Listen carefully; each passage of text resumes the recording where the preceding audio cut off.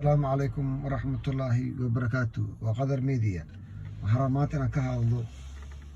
مامولكا بودلان ninka xukuumadini ayaa ka hadlay waxbarashada Soomaaliya markaas wuxuu yiri micna ma laha wal dhigaysan qofkaas weyn waa nin weyn yaa waadahay oo meel wadan dhan dad dhan madax u ah dad dhan ka sugayaan hadal fiican oo murtile wuxuu leeyahay shahaadadu qiimo ma laha qiimo ma laha qofkaas ayaa waxa leeyahay dad dhan in uu mustaqbalkooda hago muxuu hagaaba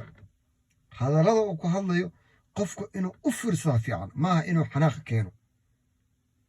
qofku markuu xanaaqsan yahay wuxuu ka hadlaa laakiin waa inaad markaad tahay mas'uul aad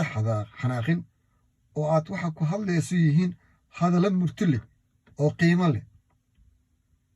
wuxuu ku leeyahay shahaadada wax ay leedahay oo maanta ma jirto marka wuxuu yiri dawladda Soomaaliya dawlad lahayn oo waxba lahayn ayaan dawlad ahayn anaga maamul dad sahabiyo maamul waay dawlad ma noqon karayo waa jeclahay in ay dhahaan sida Somaliland waa go'onay dadku وأنا قف رأيي له واقعني مثل مقدوش سوق تركيا وهو يري نن الشباب التالية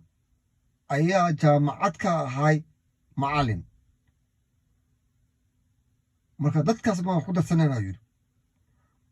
يري أفلاجات ده مش تلاقين وأفلاجات عاد أفلاجات ده الله جبنين وقفنك مو جبرايو ولا يدت كاسب ما خد السنة عليك maxaa muqdisho meesha keenaba dawladda Soomaaliya xukunta dadka heer muqdisho dawladda Soomaaliya hoos tagaan ayagayna ku caana maalayaan waxaan rabaa wax yar inaan dhageysiyo wuxuu ka hadlay ninkaas dani hadaladiis wax kamid ahay shahaadadu sideedaba waxaan fiicnaan lahayd inkastoo aan ka xumaa inaan halkoo kale ku sharxo waa aqoonsasho ardaygaasi inuu fasalkaas imtixaan u fariistay muddadaasna uu soo dhiganayay macna kale oo ay leedahay ma leh waxaan la leeyahay shahaado marka qofkan wuxuu ku hadlay in dawladda Soomaaliya jirinba waxbarasho Soomaaliya loo dhanyahay inay jirin oo ayaga leeyihiin oo maamul kasta samaysan karo wuxuu rabo wuu cadiyay cawada wuxuu yiri maamul kasta wuxuu rabo samaysan karaa dawladda Soomaaliya afar leedahay afar waxaad ka badan dawladda Soomaaliya ma xukuma karto inta kale anaga u tashakarna anaga qabsan karna haddii intaas la isku ogolaadaba hadhow tiri inta kale ma ogolo waati maalintii la xasan sheekh oo joogo ciidamo isku dhafaal la sameynay ayaa soo horjeestay marraba inaan warkaydu ku badiyo marraba inaan warka sii fafaqo asaga ayaaba warka cadeynaya bal dhageysta asiga oo warkii sii wato qaranka iyo wax ka jira ma jiraan wax qaran uu bixiyo uu leeyahay oo dadka dhan ka dhaxeeya baasaboorka ka jira in dadku aad u fahmaan way shahaadadu waxay ku xiran tahay hadba cidaas gacanta ku haysa state walba shu'uuntiisa isaga u madax bannaan inuu maamusho dastuurkaana faraya marka laga tago lacagta dalka jinsiyadaha xuduudaha iyo ciidamada qaranka afar qaybood baa lagu soo koobay inay dawladda dhexe leedahay waxa kale oo wada shaqayn baa laga rabaa wada shaqaynta annagu maanta aan arkayno iyadoo dalka Soomaaliyeed manhaj midaysan uusan lahayn